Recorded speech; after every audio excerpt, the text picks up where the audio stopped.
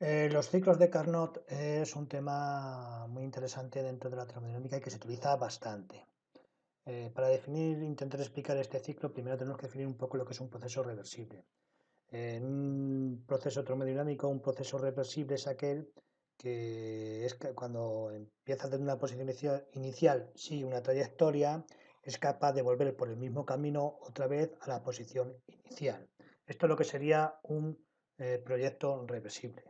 Bien, pues estos tipos de procesos en la naturaleza son ideales, no existen. Por ejemplo, si nosotros tiramos una piedra desde un punto A al punto B, por ejemplo, por el aire, pues si cogemos la misma piedra y la volvemos a tirar al punto inicial, no va a ser lo mismo. ¿Por qué? Porque cuando la hemos tirado, la piedra roza con el aire y se ha perdido algo de calor en ese rozamiento, ¿no? Entonces, cuando cogemos otra vez desde el punto B y la tiramos al punto A, ya no, cuando llega al punto A, ya no va a estar en las mismas condiciones que le hemos tirado la primera vez. Otro ejemplo de un proceso que no es reversible, por ejemplo, cuando se quema butano, se desprende anhídrido carbónico, agua y calor. Bien, pues si nosotros cogemos ahora anhídrido carbónico y agua y calor y lo metemos, si lo pudiéramos meter en un recinto cerrado, eso no se va a convertir en butano. Por tanto, eso es un proceso irreversible, no es reversible.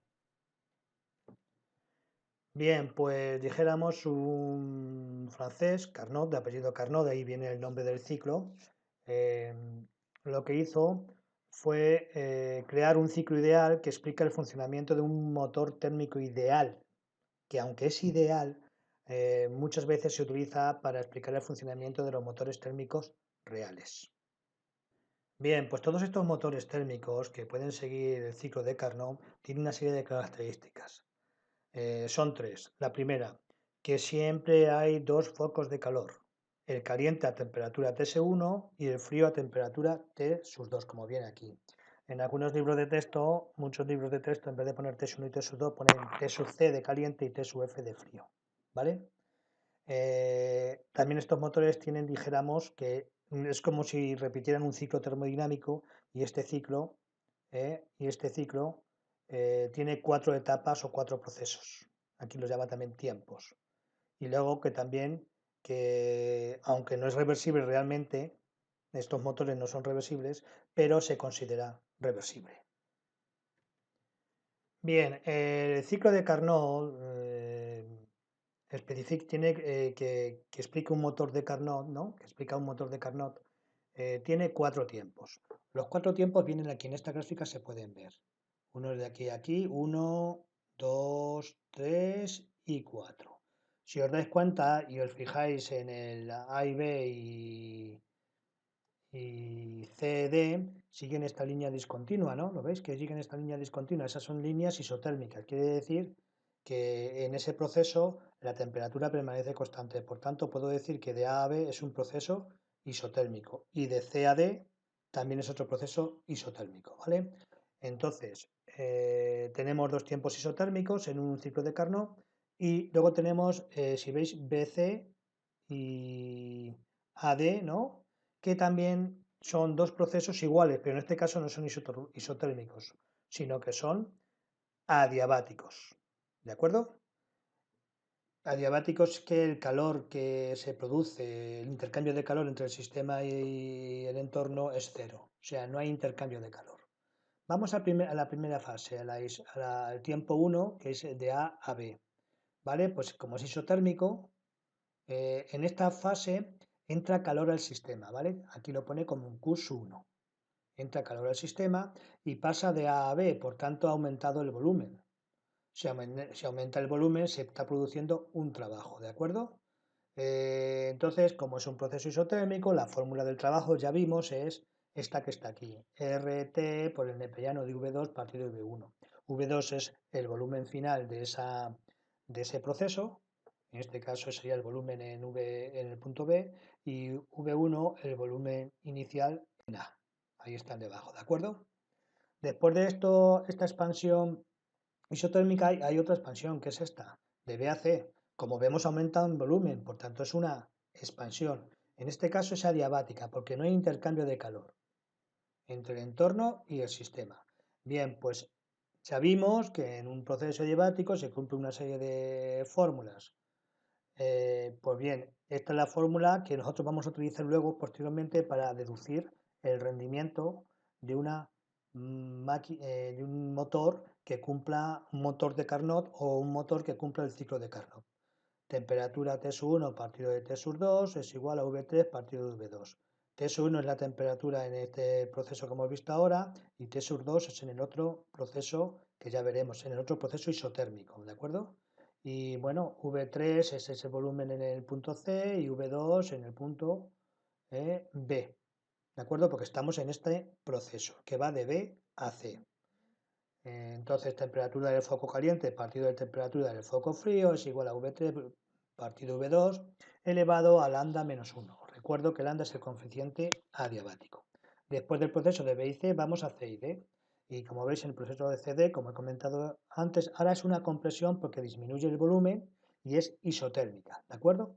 Entonces, en este caso, se produce también un trabajo, pero en este caso es un trabajo menor que el trabajo anterior y sigue la misma fórmula, lo único que la T sub 2, se pone aquí la T sub 2 que es la temperatura del foco frío, ¿de acuerdo? Por el neperiano de V3 partido de V4. En este caso V3 es el volumen en C inicial y V4 el volumen final que es el volumen en D.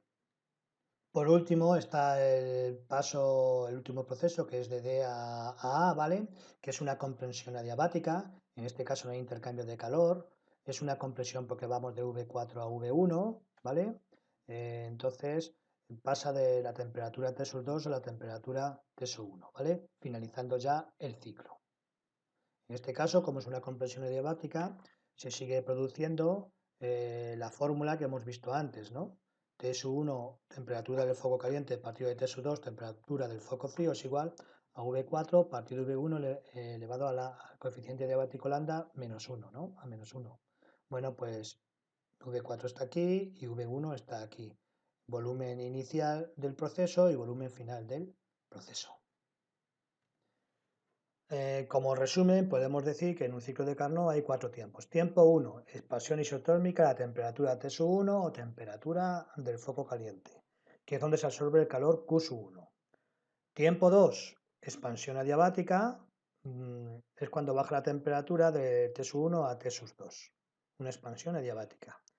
Tiempo 3 es una compresión isotérmica a temperatura T sub 2 o temperatura del foco frío, donde se cede calor al entorno, Q sub 2.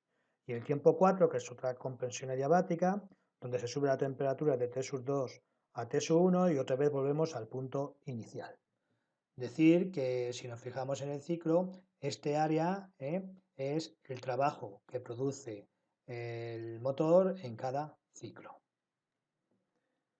En los motores térmicos que siguen los ciclos de Carnot o el ciclo de Carnot, se cumple también la fórmula del rendimiento que vimos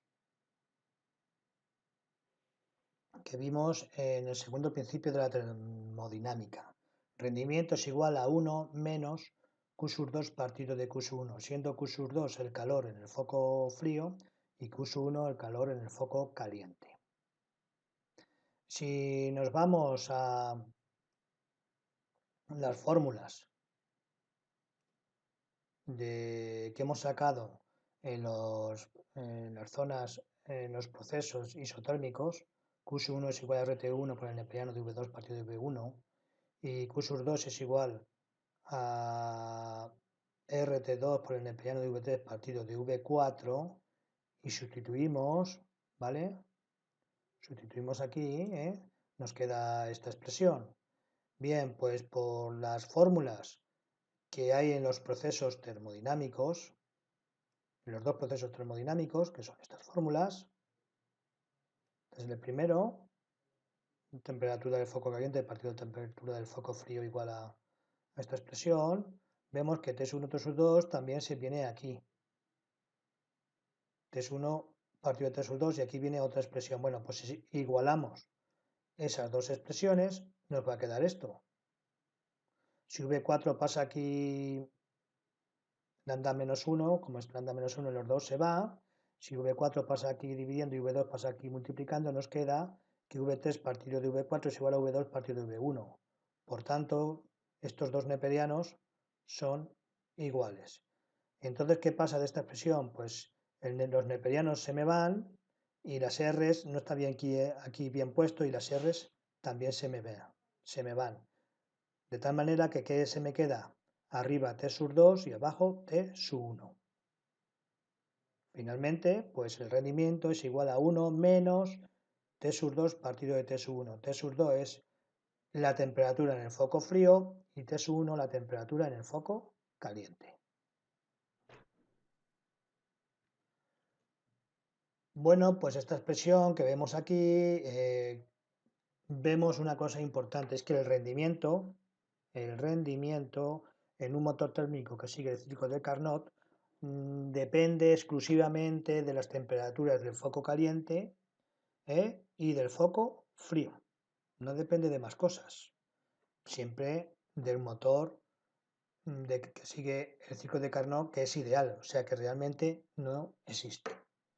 Y otra conclusión que es interesante de tomar es esta, que dice aquí: el rendimiento de otra máquina cualquiera real que actúa entre los mismos focos de temperatura T1 y T2 no puede ser superior a la de Carnot, nunca. ¿Qué quiere decir esto? Si yo tengo un motor que me dicen que es ideal o que cumple el ciclo de Carnot, puedo utilizar esta fórmula, ¿de acuerdo? Puedo utilizar esta fórmula. Si me dice que es un motor que es real, que no es reversible, esta no la puedo utilizar. Tendría que utilizar esta que es la general, ¿de acuerdo? 1 menos Q sub 2 partido de Q sub 1. Siendo esta fórmula esta solo se utiliza cuando es un motor ideal o un motor que cumple el ciclo de Carnot. Y también, lo que he dicho antes, el rendimiento de un motor térmico real que trabaja entre T sub 1 y T sub 2, nunca su rendimiento podrá ser superior a este rendimiento que saco. De un motor real nunca puede tener un rendimiento igual al de un ciclo de Carnot que trabaje entre las dos temperaturas. ¿De acuerdo? O sea que un motor real no puede tener un rendimiento mayor que el mismo motor que sea ideal, que cumpla el ciclo de Carnot. ¿Vale?